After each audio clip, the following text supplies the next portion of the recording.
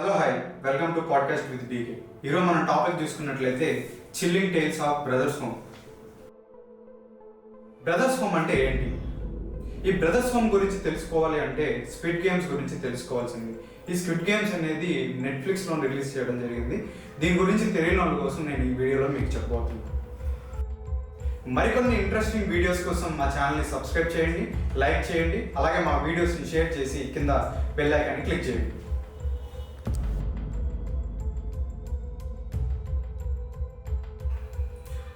Squid games అనేది ఒక multi ఛానల్స్తో కలిగిన మ్యాసివ్ వెబ్ సిరీస్. ఇందులో 2 సీజన్స్ ఉన్నాయి. రీసెంట్గా డిసెంబర్లో కూడా ఒక 7 ఇంట్రెస్టింగ్ ఎపిసోడ్స్తో సెకండ్ సీజన్ని రిలీజ్ చేశారు. దీని డైరెక్టర్ హాంగ్ యాన్ హ్యూన్ కూడా బ్రదర్స్ హోమ్లోని ఇన్సిడెంట్స్ని బేస్ చేసుకొని ఈ వెబ్ సిరీస్ని తీశారు. ఇప్పుడు మనం బ్రదర్స్ హోమ్ గురించి మాట్లాడుకుందాం. బ్రదర్స్ హోమ్ ఒక ఆశ్రయం కావాల్సిన ప్రదేశం, కానీ ఇది ఒక నరకంలా మారింది. వేలాది మందిని బలవంతంగా నిర్బంధించి హింసించడమే కాకుండా వాళ్ళని సమాజం మర్చిపోయేలా చేశారు. ఇది సౌత్ కొరియాలోని బ్రదర్స్ హోమ్ యొక్క స్టోరీ. 1975లో పార్క్ యాంగ్ యూన్ అనే వ్యక్తి ఈ బ్రదర్స్ హోమ్ని ప్రారంభించాడు. ఇందులో అనాథలు, నిరాశ్రయాలకు ఆశ్రయం కల్పించారు. కానీ ఇది ఒక భయంకరమైన ప్రదేశంలా మారింది.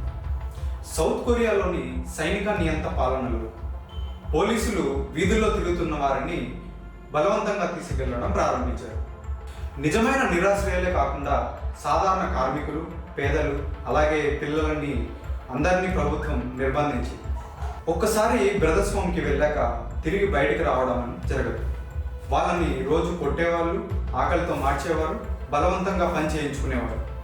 అఫిషియల్గా 500 మెంబర్స్ చనిపోయారని చెప్తున్నారు, కానీ అది నిజానికి ఇంకా ఎక్కువే కావచ్చు. ఈ సంస్థ స్థాపించిన పార్క్ యాంగ్ హ్యూన్ అరెస్ట్ అయినప్పటికీ అతనికి కేవలం మనీ లాండరింగ్ కేసులో సాధారణ శిక్ష పడింది. బ్రదర్స్ హోమ్స్ యొక్క ఈ విక్టిమ్స్ ఇప్పటికీ న్యాయం కోసం పోరాడుతూనే ఉన్నారు. ఈ సంఘటన పైన 2018లో సౌత్ కొరియా ప్రభుత్వం ఒక ఇన్వెస్టిగేషన్ స్టార్ట్ చేశారు. ఫైనల్గా 2022లో సౌత్ కొరియా గవర్నమెంట్ ఈ సంఘటన గురించి కొన్ని ఆధారాలు మరియు ఫోటోలని బయటపెట్టారు. ఇందులో 657 మెంబర్స్ చనిపోయారని చెప్పి ప్రకటించారు. బ్రదర్స్ హోమ్ స్థాపించిన వ్యక్తిని అరెస్ట్ చేసి 2.5 మిలియన్ ఇయర్ జైలు శిక్ష అనేది వేశారు. ఇందులో చాలా మంది చనిపోయారు, అలాగే కొంతమంది బతికి బయటపడ్డారు, ఇంకొంతమంది ఇంకా న్యాయం కోసం పోరాడుతున్నారు. కానీ అసలు బాధితులకు న్యాయం దక్కుతుందా? ఈ వీడియోపై మీ అభిప్రాయాన్ని కమెంట్ చేయండి. మరొక వీడియోలో మీ ముందుకు వస్తా. ధరణి కుమార్ సైనింగ్ అవుట్.